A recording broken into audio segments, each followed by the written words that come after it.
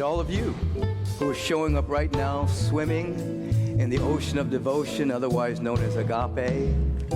Agape having the meaning of unconditional love, the love of God operating in the human heart as it was described by Martin Luther King Jr., an architect of the beloved community. And you're here today because something pulled you into this dogma-free sanity zone. I use the word sanity for two reasons. One, sanity and enlightenment mean the same thing, because as you become enlightened, as you release the obstacles that are in your mind, the hindrances, the limitations, the points of view, the perceptions, the interpretations of your past, you wake up to your intrinsic nature. You come into a level of sanity. And secondly, a lot of times people have been writing in, particularly during the time of increased anxiety around viruses and things of that particular nature. People will come online and say, wow, finally a voice of sanity. And so I use that word purposely for those two reasons. We are a non-dogma zone. No dogma zone. We are involved with understanding truth, principles, and the intrinsic truth of our being, which is the light that lights up every man, every woman that comes into the world, a birthless, deathless, causeless life of which we are emanations of. And so if you begin to think of yourself along that particular number, not small self-righteousness, not better than someone else, not narcissism, not egocentricity, but an awareness that your life is so precious, and that the incarnation that you have chosen to allow this eternal life to emerge and express in this life is also very precious. In the Buddhist technology, there is the story of there's a wonderful story that says that if you would throw an inner tube onto the ocean, and every 1,000 years a turtle would pop its head up and peek around, the odds of that turtle popping its head up in that inner tube on the vast ocean is greater than you having a human incarnation. That's how precious the human incarnation is. And so you are precious in God's sight as a spiritual being, and the incarnation itself is very, very, very precious, which allows you to not hide your light under a bushel, but to put it on the proverbial hill that individuals may see the light of God shining through you according to your unique pattern. So as I'm speaking, I want you to hear what's happening under the tongue, that which is not being said throughout the talk, and that is you are a precious being, that you have meaning, you're significant, you matter, there's no accidents, God didn't accidentally make you, you're not a do-over, you're not a mistake, you're not mishappen, that you're an on-purpose with a purpose, a one-of-a-kind expression of infinite potential, and you want to just get a sense of your uniqueness and your preciousness, and just kind of embrace yourself in that frequency and that vibration. And put aside for a moment all of the ways that you may have thought about yourself heretofore, all of the things that you might be working through. Take a recess from the process for a moment. And all the things, all the issues that you're working through, stop for a moment. Take a recess and just breathe into the awareness that your life is precious beyond measure. That the presence that is never an absence loves you. It looks into the mirror of your soul and sees its own infinite potential shining back. And your role is to see yourself the same way that the infinite presence sees you. So catch your preciousness, the love. Oh, I hear Reverend Carol Traylor. She used to call me precious sometimes. Oh, you're so precious. Anyway, she's on my mind, and there she is, using that word precious. So feel into that. And then be aware that how you reciprocate is that you move into the theme of the month, which is supreme interest. That you have a dynamic interest in the knowing, being at one with the power, the presence, and the love of God. This becomes your supreme interest. It is what you are interested in that determines the thoughts that you obtain. Remember, we don't just think thoughts, we obtain thoughts. We either obtain thoughts from the sea of mental garbage. Those are thought forms that are emerging from individual sense of separation. Or we obtain thoughts emerging from the mind of God, which is called inspiration. And so your interest determines the thoughts you obtain, and then those thoughts become perception. Perception obtains more thoughts, which becomes your experience. So you're the arbiter of your own experience based on what you're interested in. Do you realize that many people are more interested in what they don't want to happen in their life than they are interested in what wants to emerge? And so they become so interested in the very things they don't want to happen. I don't want to catch the flu. I don't want to get sick. I don't want to be poor. I don't want to lose my job. I don't want. They become more interested in what they don't want, that they obtain thoughts from the sea of mental garbage, from the sense of separation, and it proliferates their environment, and the virus of fear takes over, and they end up experiencing the very things they do not want solely on interest, you see. And even if it doesn't fully manifest according to their worst case scenario, their body temple doesn't know that. The body temple becomes ravaged with toxic chemicals based on the interest of negativity. We're talking this month about having your supreme interest being at one with the presence and the power and the love of God, consciously unifying with that presence, and that becomes your interest. It becomes your intentionality. It's the rudder of your life, and so that what you begin to obtain are inspired thoughts of God that deal with your preciousness, inspired thoughts of God that deal with your sovereignty over your own minds, the inspired thoughts of God that deal with wisdom and guidance and direction flowing through in a language in a way that you could understand solely on your interest.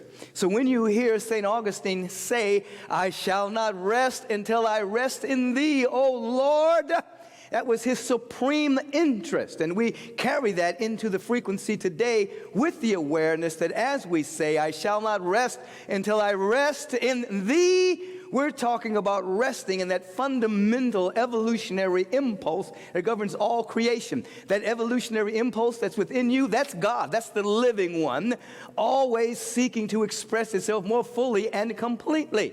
And so when you open yourself up and say in substance, I shall not rest until I rest in the presence, conscious union with the presence, that becomes your supreme interest, you see.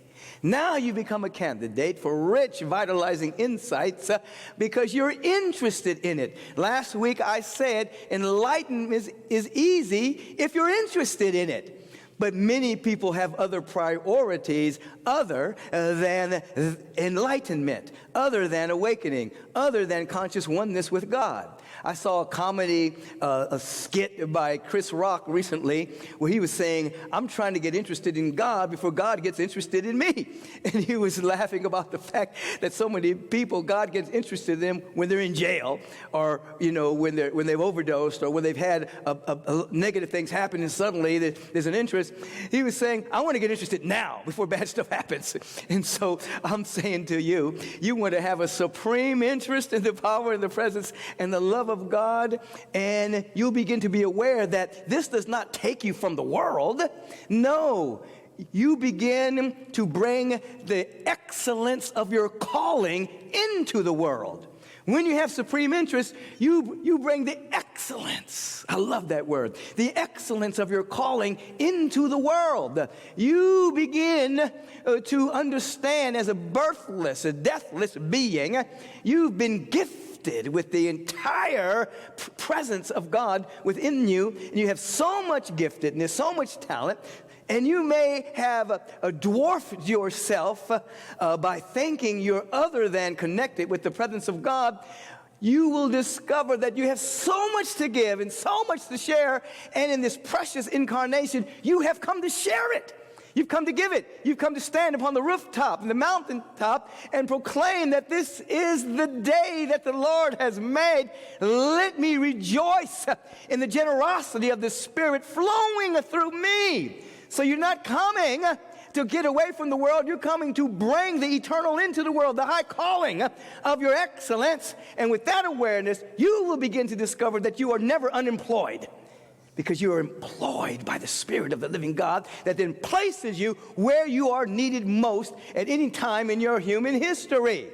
I'm thinking about this gentleman who was living in the desert. His particular job was dealing with some kind of monitoring of some kind of electrical systems, but he spent most of the time alone out in the desert in this one building, and he went to a hypnotist because he had lost some memory gaps and he was losing time, and so he went to a hypnotist to discover what happened in those gaps.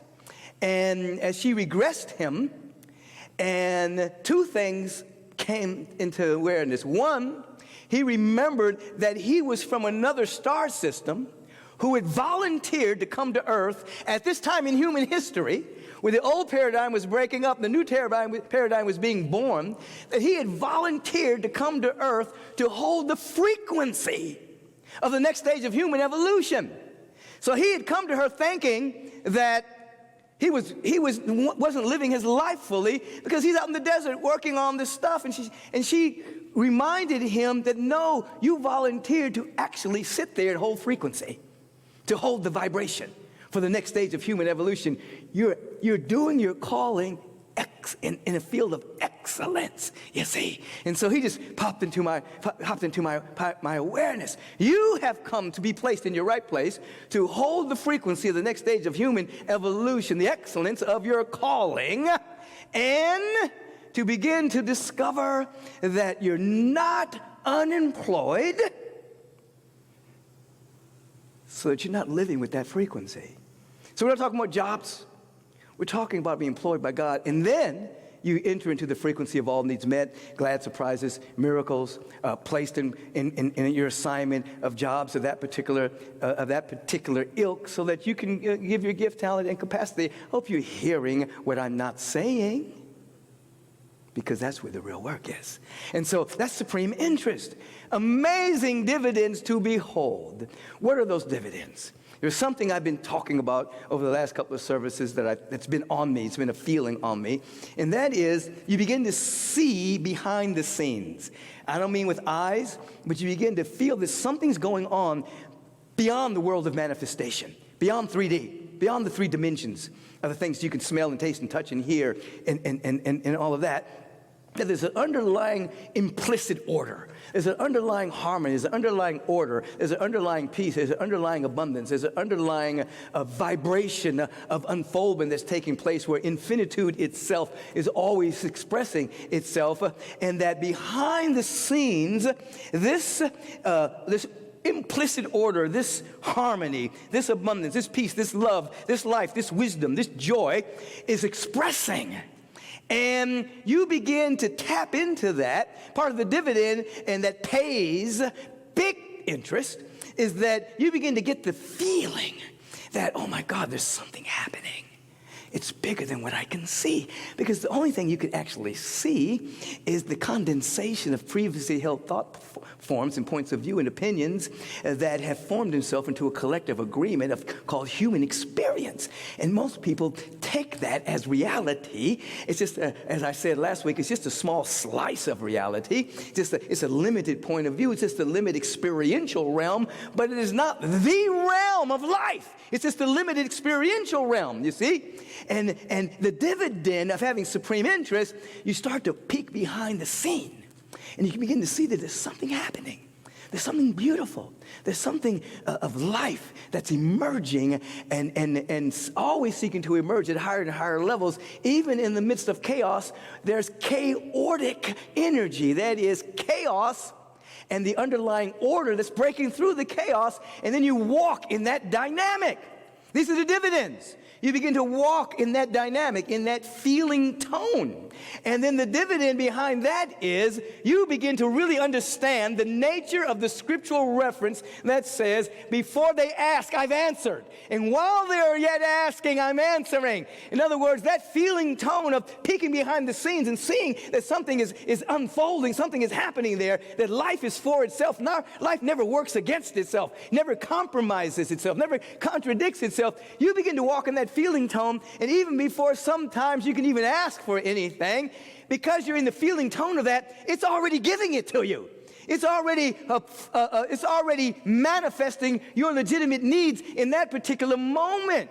Dr. Thurman calls that the glad surprise, that it's unanticipated to a degree, but it's saying show up. You meet the right people at the right time. Doors open, opportunities happen, possibilities reveal themselves, and things occur that you were not consciously praying for, but when they show up, it's exactly what you need at that particular moment. This is the dividend that plays tremendous interest when you begin to live with a supreme interest.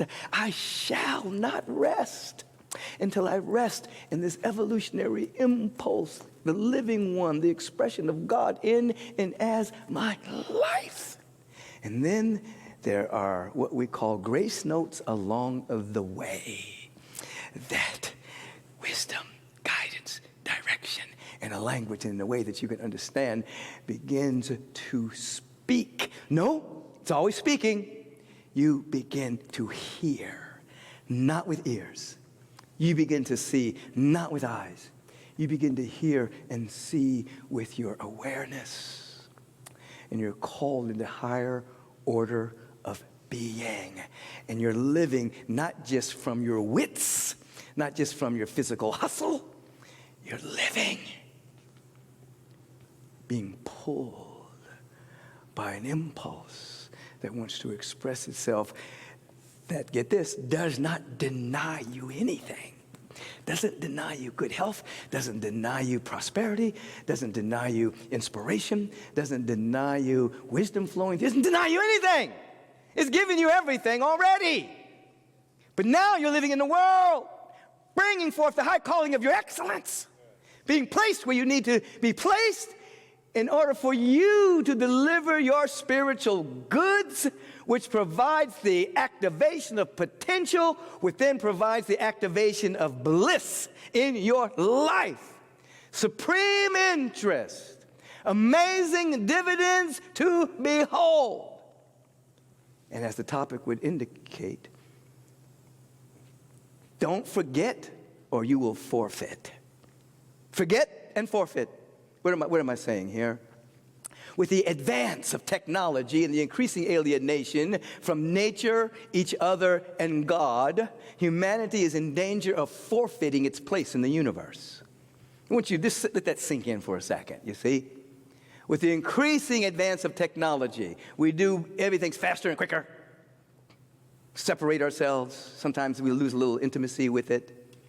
With the increasing advance of technology, an increasing alienation from nature, each other, and God, humanity is in danger of forfeiting its place in the universe. What is humanity's place in the universe? As the spiritual image and likeness of God, our place is to represent God, to represent the presence of God. That is our place. That is our place. Our place because we have been given everything. There's nothing missing in you. You have the wisdom, you have the intelligence, the creative urgency, you have the dynamic peace, the beauty, the love, the abundance, the harmonizing prosperity. You have the dexterity, the nimbleness, the resourcefulness, the regenerative power of the Spirit. You have everything. I need you to stop right there and catch that. Because as I said at the beginning of the talk, I wanted you to bracket all the issues that you're dealing with, the problems you're dealing with. I wanted you to bracket that for a moment and begin with the preciousness of your life. In the beginning, God. In the beginning, you're precious. In the beginning, you're deathless and lifeless. Deathless and birthless. You see? And so you've been entrusted with everything. You see? Everything. And so we come to an ever-expanding awareness of this truth. And in the dynamic, I'm listening, in the dynamic of That's kind of sweet. I got a lot of energy here, but I don't have any words to go with it. Just like, this is going to help them, okay? I got to sit with this for a second. So in this dynamic of increasing alienation from nature, each other, and God, that place that we've been given, because we've been given everything, we're in danger of forfeiting it, you see. Because humanity, much of humanity is not standing up with strong character in the realization that they represent the presence of God, not a man in the sky, not a patriarchal, dominating, hyper-masculine superman that bestows gifts and has chosen people, but the presence of a love and a beauty. So it behooves us to break down that sense of alienation. It behooves us to reconnect on a regular basis. And so the first domain that I mentioned was nature. Nature is a mother, okay? Mother Nature, she's got it going on. You're an earthling. That means you arose from the earth as a spiritual being. You're sustained by the earth. And you want to bring into some level of practice on a regular basis that you touch and love the earth. You want to get to a park.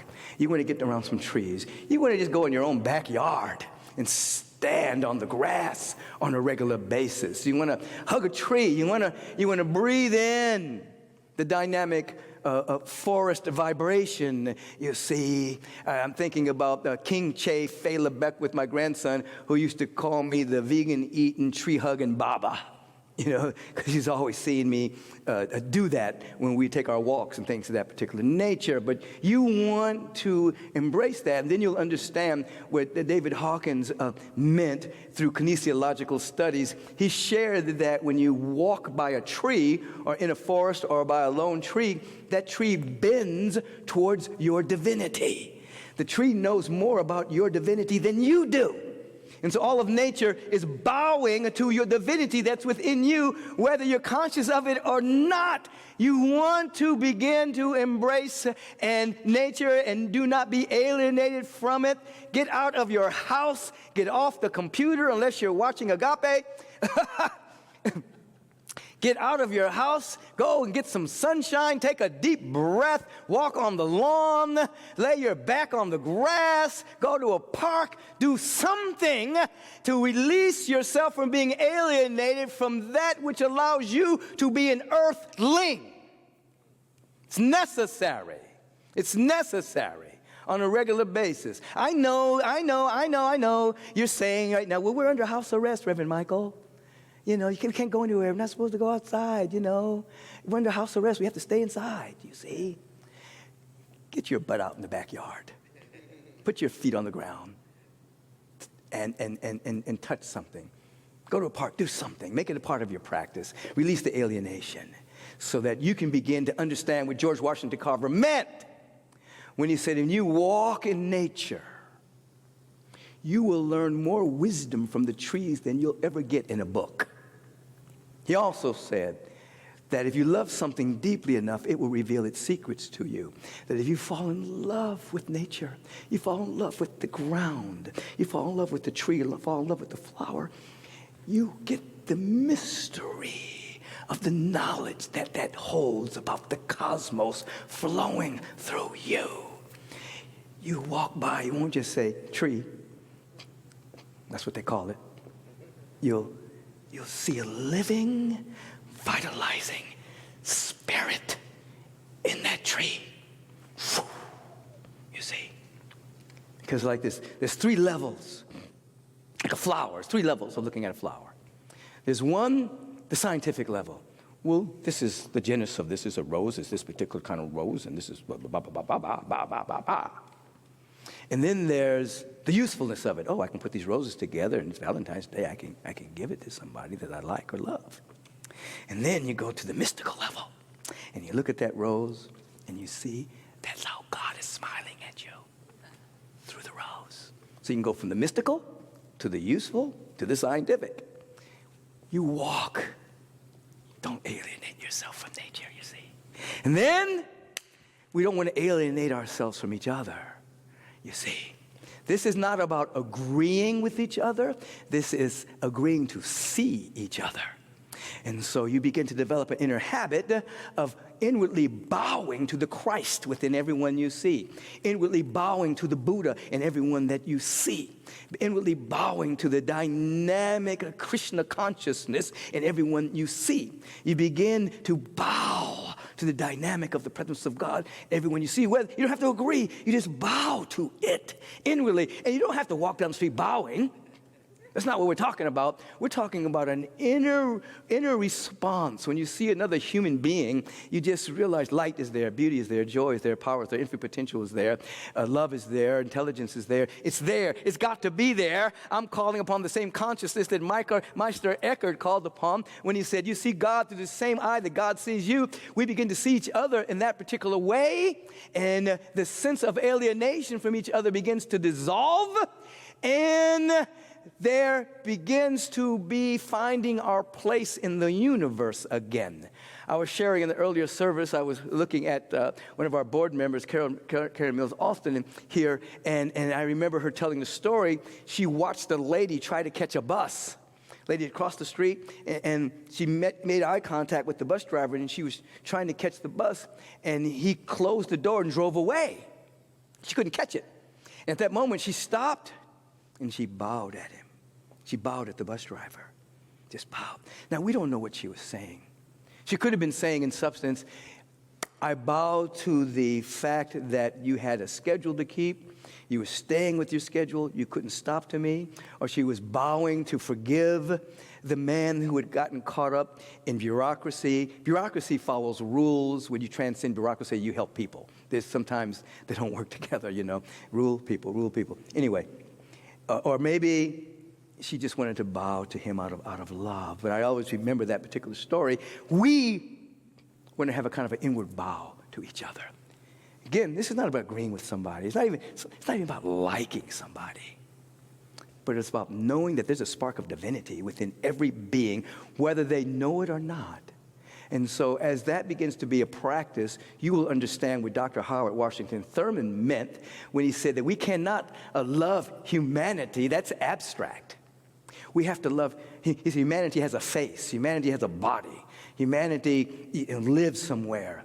We have to love in particular. To say you love humanity is an abstract concept that has very little meaning. You have to love the person that you see that's around you, you see.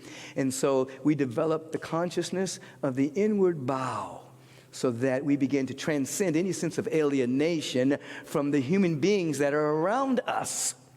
And then the alienation of God. Remember?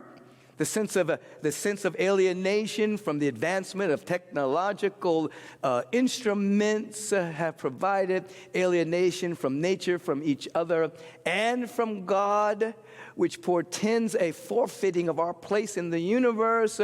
And so we want to embrace the God of our understanding. We want to hear loudly from the depth of our being to love God with all of our heart and might and soul.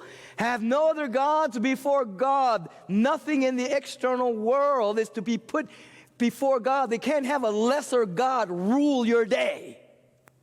It has to be the presence of your understanding, and as you grow, you come to a greater understanding of the presence of God.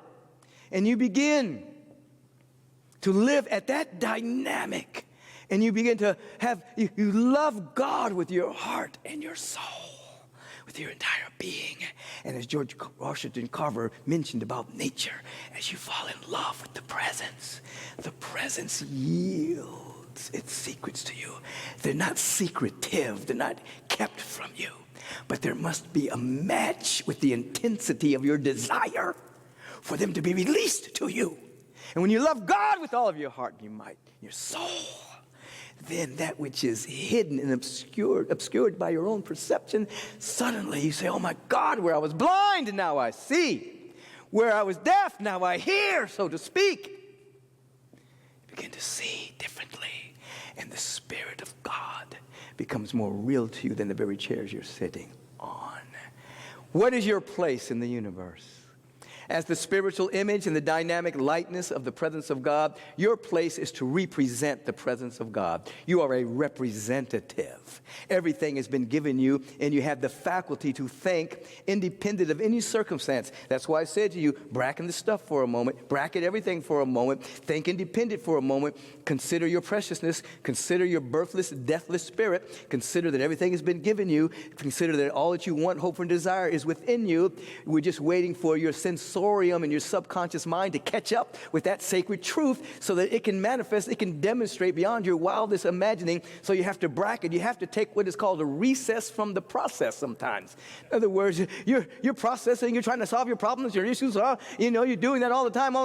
Sometimes you got to take a recess from the process and go back to the beginning. In the beginning, God. In the beginning, everything is given to me. In the beginning, all my needs are met. In the beginning, there's a full flow of the Spirit. You have to give yourself some time every day to go to the beginning. And then it will guide you and direct you to handle the issues and the problems of the day, of which the presence does not know anything about it. Sorry to tell you, I have to break you from a little hypnotic spell here, a little superstition, yes, what's called, a little superstition. Because if God knew of your problem would be forever and eternal. Because what God knows is eternity. Everything that God knows is eternal. So if you think God knows about your problem, that means that God knows that you're going to have that problem forever. That's called hell. We're not trucking with that. Okay? What does God know? The perfection of your being. And in God consciousness, God does not solve your problem. In God consciousness, your problem dissolves. It's dissolution, not solving, because there's no problems in the universe. Oh, if you could catch this, anything I'm saying today, your life will be changed. Anything that I've said today, take one little thing, meditate on it, ruminate on it. Have the war between the flesh and the spirit, meaning your mind might be rebelling. That's not, no, I don't believe that. What are you talking about? Everything I have is all within me? What does that mean? Fight with it, be with it, until fall in love with the presence, until there's a yielding. Oh, wow, I got it.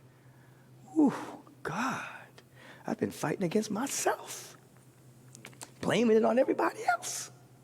I've been struggling with my own demons of misconception of the presence of God, projecting it onto the world. Oh, my God, I was blind, now I see. Whew. So hear this, supreme interest. My number one priority is sanity, awakened consciousness. Dividends, to behold, something's happening. The implicit order. Life doesn't work against itself.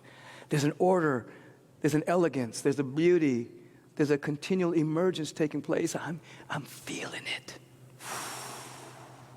I'm feeling it. Grace notes showing up. While I'm yet asking, it's already answering me. Before I ask, it's answered. Oh my God, I know what that means now. And I'm not going to lose my place in the universe.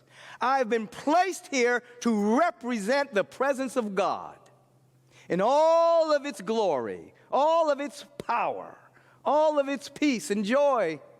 I've been placed. I'm not going to allow the advance of technology to alienate me from nature. I'm not going to allow the advancement of technology to alienate me from all of the humanity. I'm not going to allow the advancement of technology to alienate me from the presence of God, regardless of the famous people saying that I've seen no evidence of humanity's divinity. Well, let me tell you something. The absence of evidence is not the evidence of absence. Okay? The absence of physical evidence is not the evidence of absence. You see, there's a presence. But you have to go beyond the surface mind, your intellect, and your limited beliefs to get to it. And if you have rolled up on the shores of Agape. And you're now swimming in our ocean of devotion. There's something calling you. Something's calling you to go deeper, to come out of the shallow waters of merely believing and not believing, agreeing and not agreeing, to go into the deeper waters of practice so that you can be provided with the sacred insight of revelation, falling in love, that the mysteries begin to be revealed. And you will regenerate, renew, you'll begin your life again. But not from the milieu of the society. You'll begin your life again from, in the beginning, God. In the beginning, life. In the beginning, light. I'm going to stop talking, but I don't want to. Ooh, I'll tell you something. I used to work for Mayor Tom Bradley, and I was assigned in the 8th Councilmatic District to run the senior citizen affairs. And I would leave City Hall or the field office every day and drive to the beach. And I would take off my coat and tie and shirt, and I would stand on what I called my power spot, the beach, and I would breathe. I would do my breath work, and I would pray, and I would look at the ocean, and I would see the endless horizon of the ocean, and I would embrace the oceanic nature of my being, and I would proclaim the power of God flowing through me, and I would reach a state of consciousness. And I remember saying back in those days that when I'm in my true place, this is how I'll feel. I'm in it. I feel right this moment the same way I felt on those rocks at the beach, proclaiming the divinity of the ocean and my own divinity. You understand what I'm saying to you? Yes. You see? And then guess what? When I wrote the book Spiritual Liberation, and Simon & Schuster, they hired a photographer to do pictures and everything, and the photographer said, I found a nice spot on the beach. I wanted to take this picture. For some reason, I was drawn to it. It was my power spot. It was the space that I'd gone to for years to stand and proclaim that God was my life. It was the same spot. So when you see that book, Spiritual Liberation, I'm at the beach, that was the spot. It's just like, she didn't know. She was guided to my power spot, you see. So many things work together for good. I want you, I want this for you so badly. I probably wanted more for you than you wanted for yourself. Sanity, awakened consciousness, conscious connection, and then the excellence of your calling in the world. It could, and I'm telling you, just like that man discovered, he thought he wasn't doing his calling because he's out on the desert, by himself a lot, come to realize that he had volunteered to come to earth to sit on the desert and hold the frequency for the next stage of human evolution. You'll discover that many times you're in places you don't really want to be there, but from the higher perspective, you look, you're there for the right reason. You're there to hold this consciousness, to bring what only you can bring. And then when you need it someplace else, you expand and go somewhere else. Never unemployed, because you work for the presence, you see. Okay, I'm going to be quiet now. But here, I want you to close your eyes with me for a moment.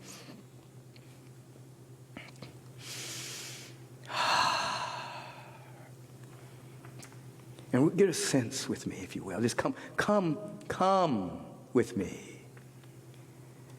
And remember a moment in your life where you felt so connected to the presence, whether that was a moment of in love, a moment of in peace, a moment of in joy, in harmony, in prosperity, wherever the access point was, in wholeness, in health, whatever the access point was, just come into that space right now.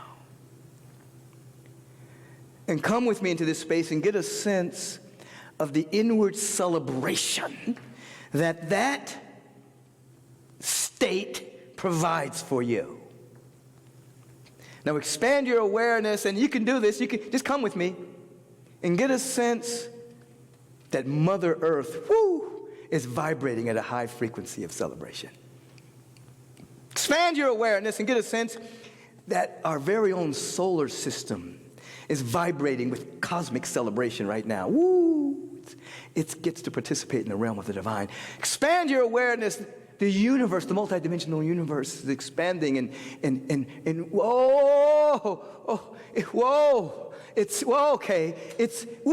it's vibrating with the vibration of celebration.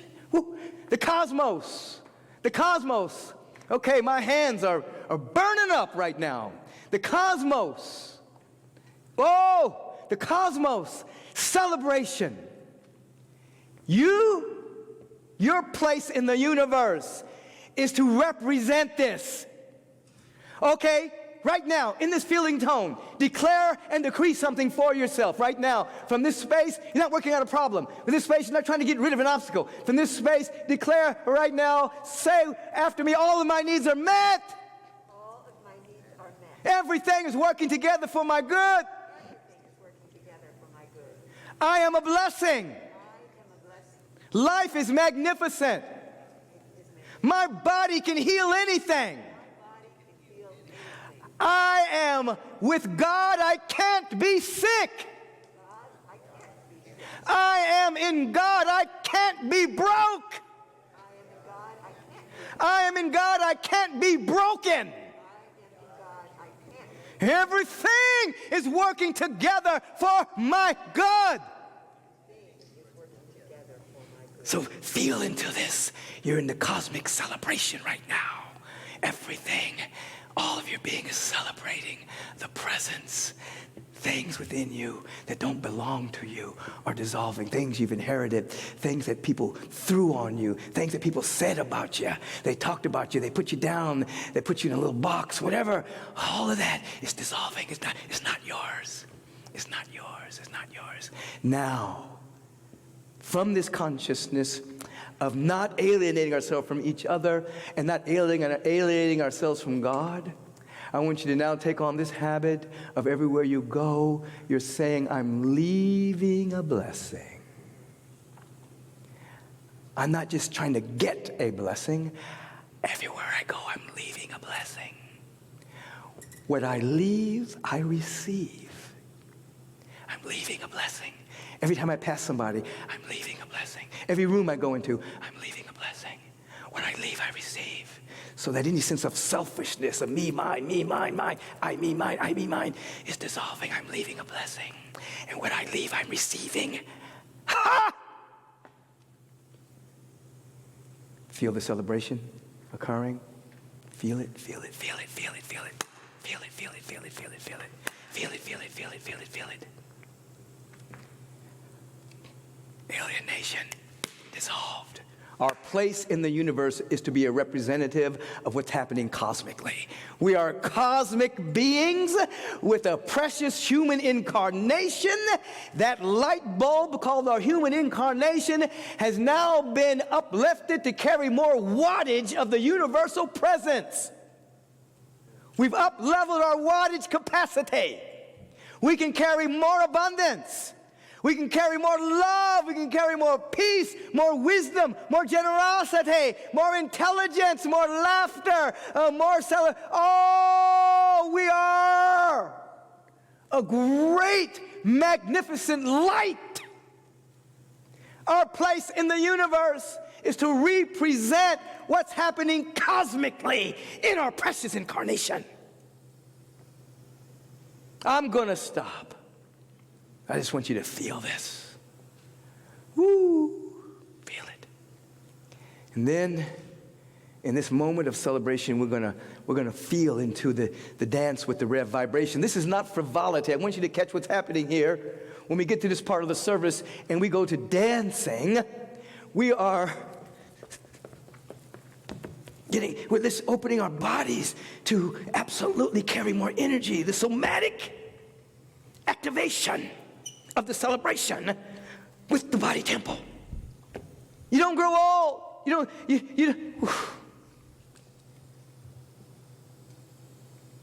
don't grow old and then stop dancing. You stop dancing, then you grow old.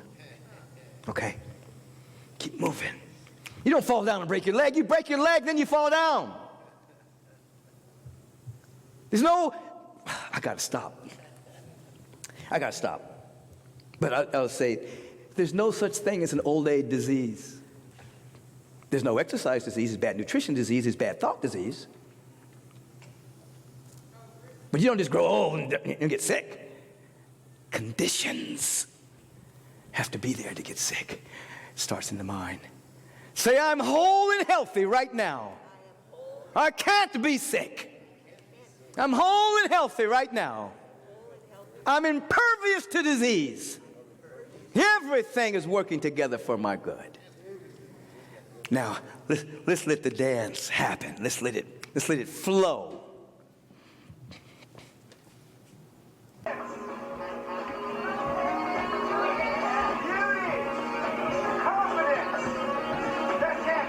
I'm going to turn that up a little bit. That's Kristen Miller.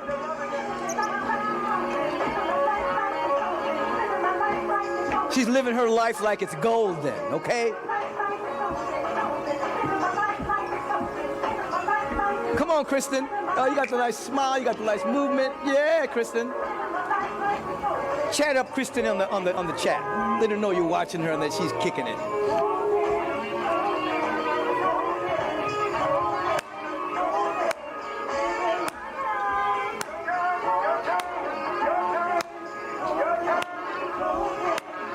Oh, she got moves.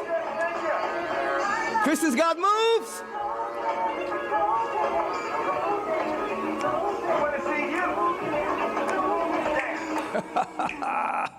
Yeah, give Kristen some love there.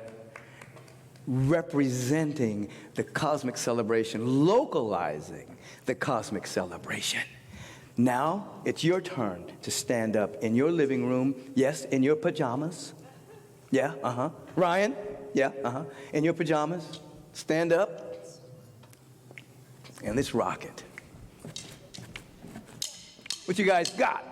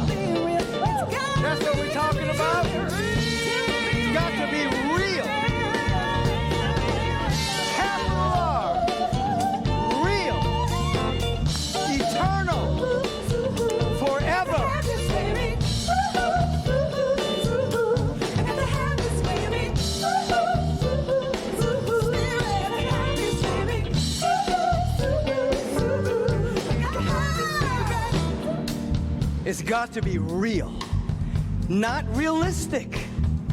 Realistic means to be real-like. We don't want realistic. We want real. That's God.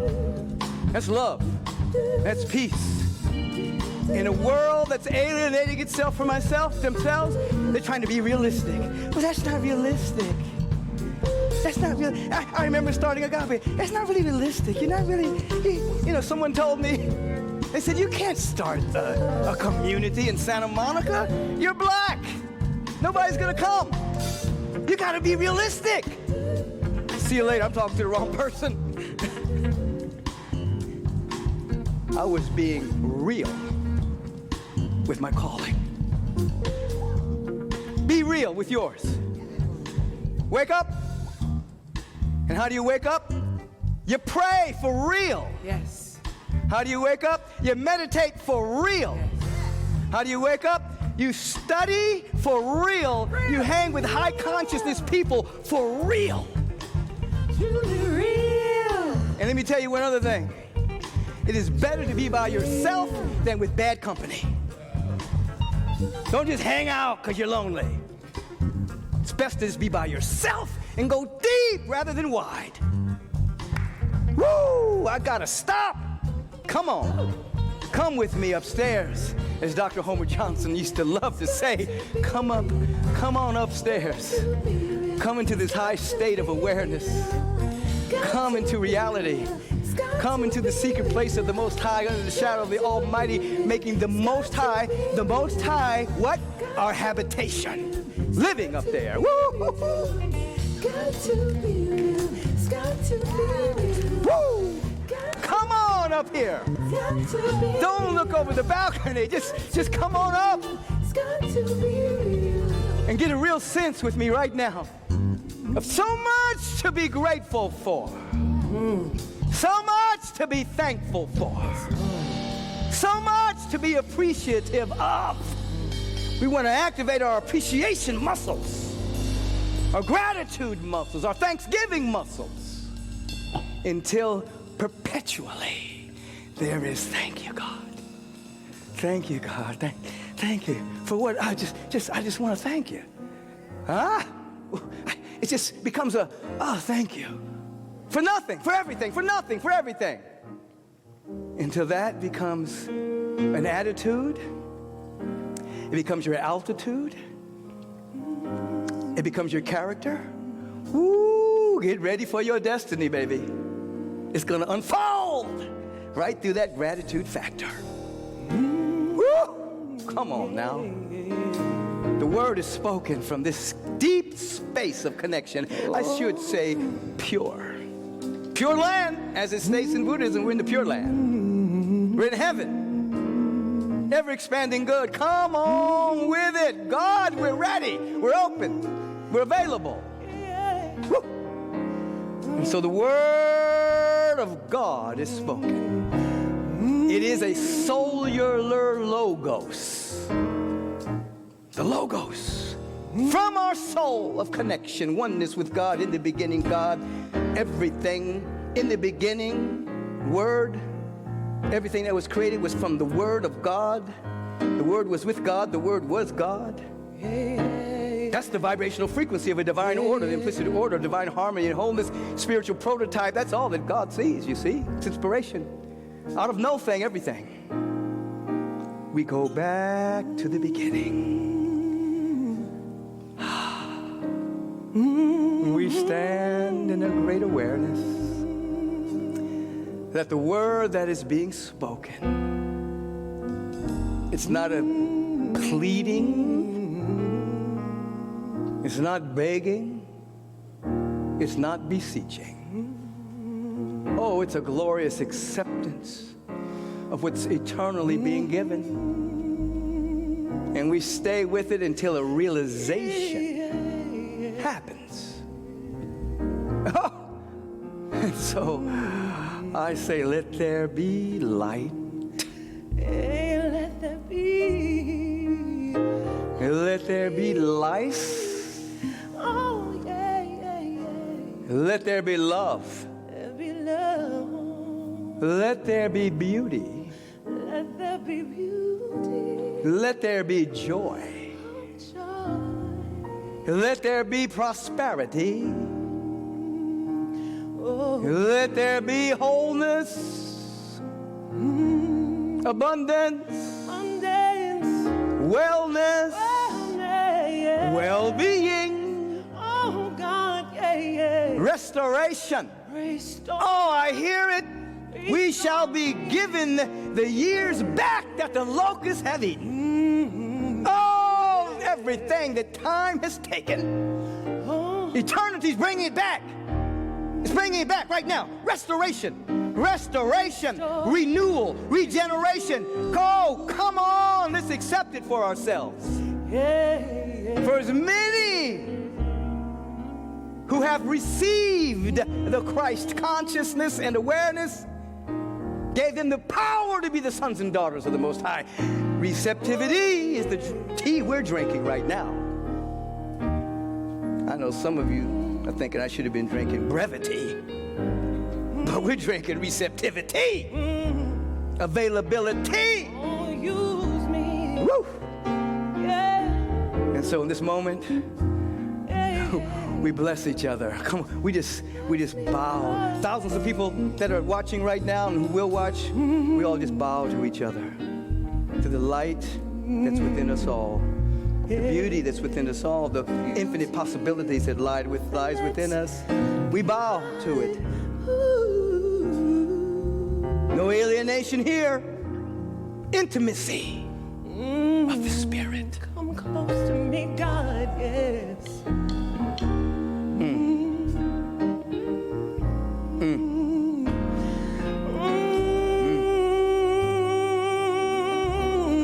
You hear that? You hear that? You hear that? Jennifer, Oh, God, use me. I hear you. My God, move with me. Take this breath and move on my soul.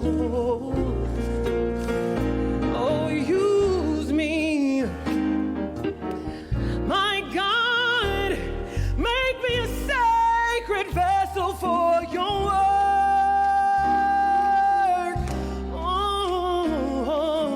Oh, calling out to Hallelujah. hallelujah. Hallelujah. Hallelujah. Hallelujah. Hallelujah. Hallelujah. Hallelujah. Hallelujah.